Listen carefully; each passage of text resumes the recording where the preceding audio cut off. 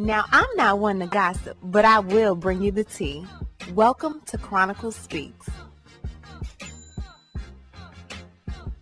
Please, I don't have any time for any gossip now. Eh? Yes. Look at you. So it's been weeks since I've discussed a Diddy story on my channel, and I'm not gonna lie, I was Diddy'd out. I just couldn't take it anymore. For me to come back, it would have to be something worth coming back for. Now, there is a new Diddy accuser and an attorney that's representing this accuser, and it's an attorney that we have not heard from when it comes down to these Diddy cases. Now, this new accuser claims that Beyonce, JayZ, Lebron James, Gloria Estefan, and her husband Emilio all witnessed his post-assault. This victim is claiming human trafficking, drugging, kidnapping, sexual exploitation, obstruction of justice, witness tampering, fraudulent concealment, conspiracy, and related unlawful conduct under both federal and Florida law. This part right here makes this victim a little different. He possesses medical records from a licensed urologist and surgeon documenting sexual maiming, disfigurement, and serious inguinal hernias, possibly inoperable, which continue to impact his quality of life and physical well-being. This is a lot, but you know we got the documents, and we are going to break this story down and so much more. But before we do, please be sure to subscribe to this channel and hit the bell for notifications so you don't miss out on any news regarding this story and so much more. Now let's get back into it. Searching for these documents took me quite a while, so I deserve to hear my theme music. Go ahead and play it for them. Inspector Chronicle.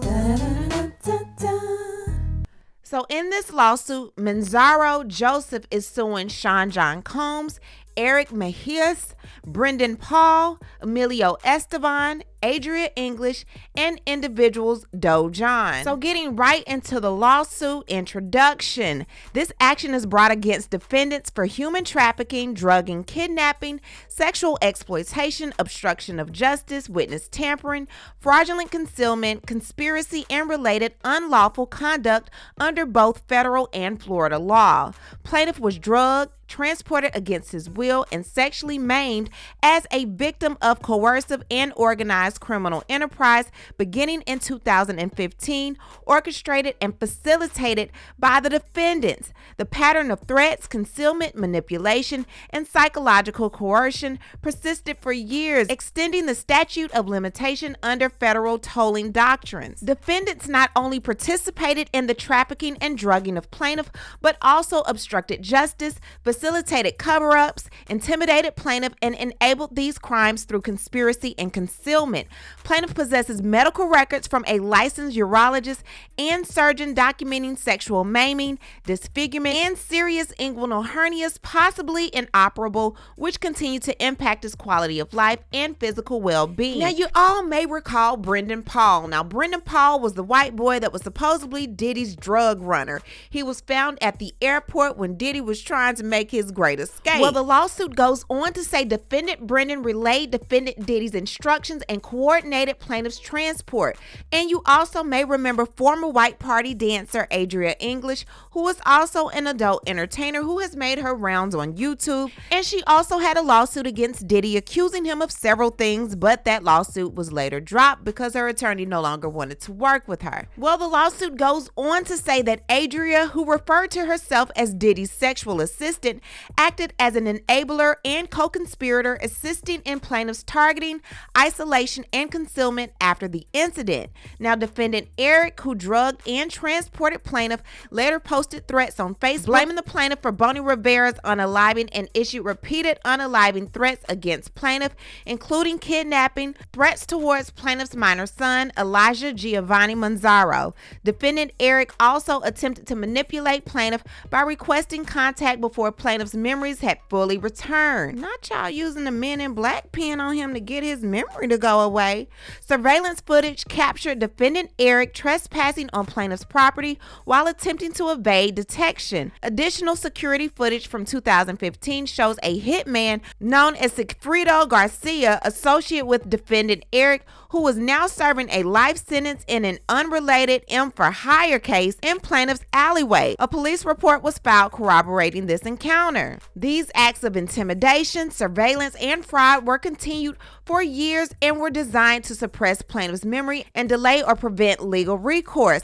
High-profile individuals including Jacob Arabo, JayZ, Gloria Estefan, LeBron James, and Beyonce Knowles Carter are identified as witnesses due to their presence or knowledge of the events surrounding the freak-off orchestrated by defendant Diddy. So let's get into the facts of the case. So on or about early April 2015 at approximately 5:30 p.m., plaintiff arrived at his residence located at 424 Valley Forge Road, West Palm Beach, Florida. As plaintiff unlocked his doors and turned the handle, he felt a greasy substance resembling Vaseline on his hand. Plaintiff attempted to wash his hands but lost consciousness before he could do so. When plaintiff regained consciousness, he was in the backseat of a moving vehicle driven by defendant Eric with Bonnie Rivera in the passenger seat. Plaintiff inquired about his location, expressing confusion and insisted that he was supposed to be at home. Then, before losing consciousness again, plaintiff overheard Bonnie Rivera telling defendant Eric that he was regaining consciousness, asking, "He's waking up, cuz. What should I do? Do you want me to knock him out?" Defendant Eric responded, "No, don't touch him. Don't worry, just give it a minute. He'll fall back asleep again. I gave him a lot of scopolamine." And basically what that is a drug that comes from a plant called scopolia and is commonly used for nausea and vomiting, also motion sickness, and it works by blocking certain signals to your brain that can make you feel sick or dizzy. Now that's what happens in low doses, but in high doses, it can cause a person to be unconscious for at least 24 hours, and in some cases, it can cause an unaliving. Now, plaintiff regained consciousness at defendant Eric's residence in Deerfield Beach, Florida, where he was being forcefully held. Now, while there, he witnessed a man named Omar Bravo deliver 2 kilograms of narcotics, cocaine, and methamphetamine, while defendant Eric accepted. Now, plaintiff saw that defendant Brendan, appearing nervous, sat nearby with a motorcycle helmet in his lap.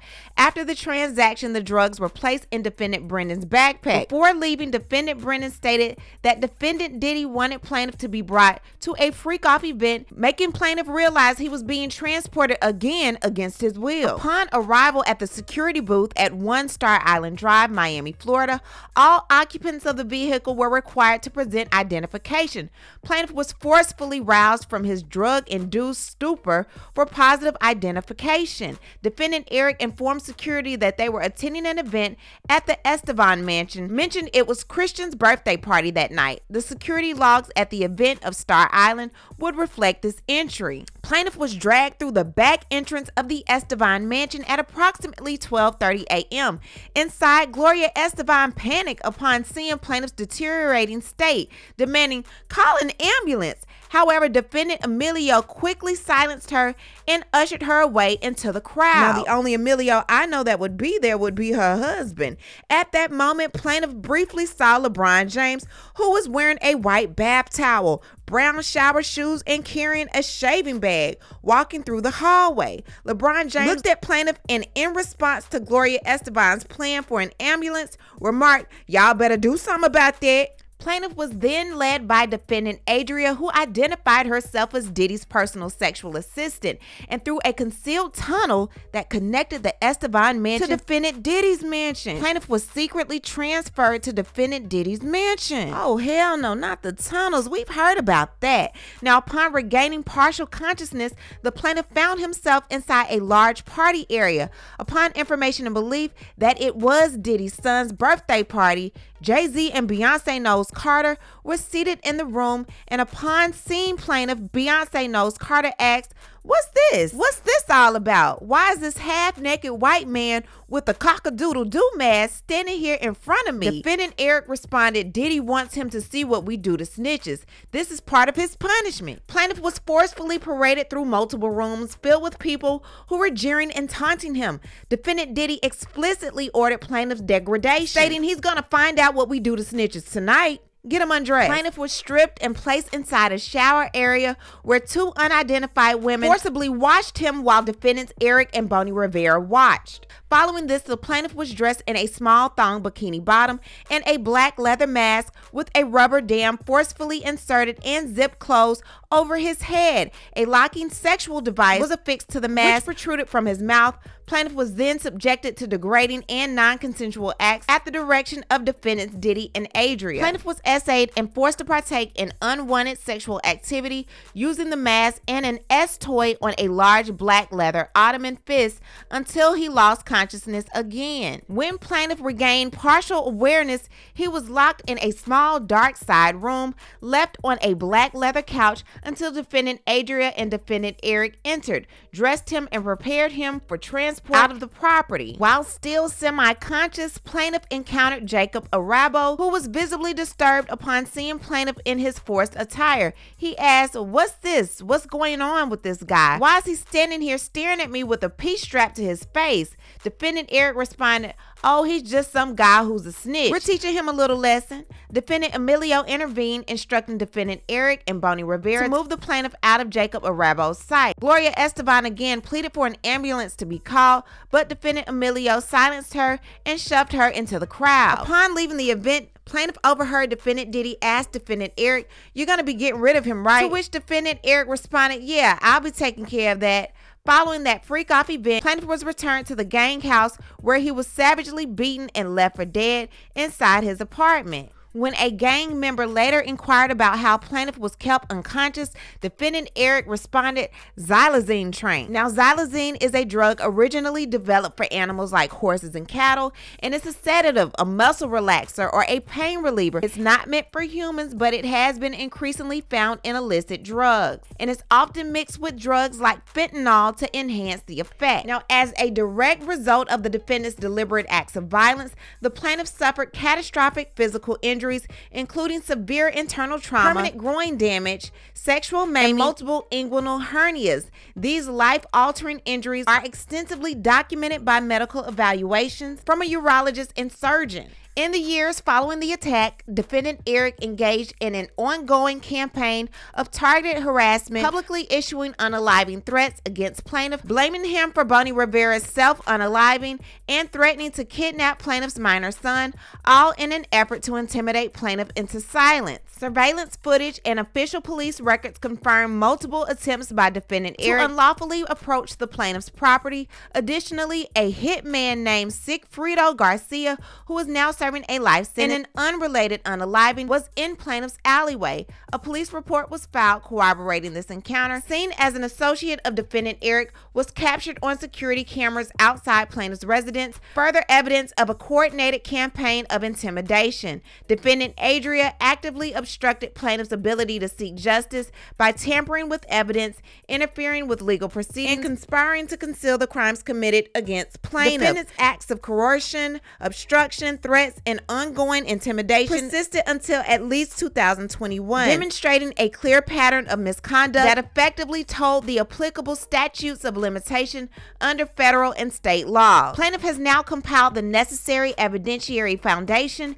to proceed with this legal action, including verified medical records, sworn witness statements, and corroborating documentation directly implicating the defendants in his abduction, drugging, sexual exploitation, and abuse. As a direct and proximate result of defendant's actions, plaintiff has suffered severe and ongoing physical injuries, profound psychological trauma, and irreparable emotional distress. Defendant's deliberate, coordinated, and malicious conduct caused plaintiff significant economic damages, prolonged suffering, and lasting harm and damages in an amount to be determined at trial. Now, according to this victim, he stated Diddy referred to him as a snitch and warned the plaintiff of severe consequences should the plaintiff cooperate with law enforcement or legal authorities.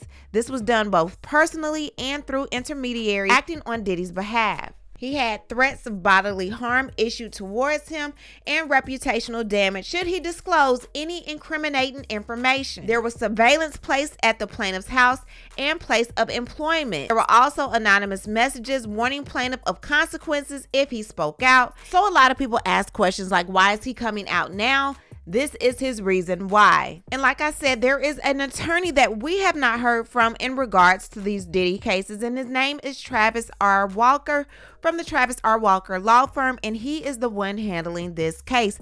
There's a lot going on in the world of Diddy. There's a lot going on in this lawsuit. What I need to do is hear from you. What do you think about all of this? Do you believe this story? Leave a comment and you know how we do. We'll talk about it down below. Talk to you guys later. Bye. As always, thanks for watching. But before you go, don't forget to subscribe to this channel, like this video, and hit the bell so you don't miss out on any of my new episodes.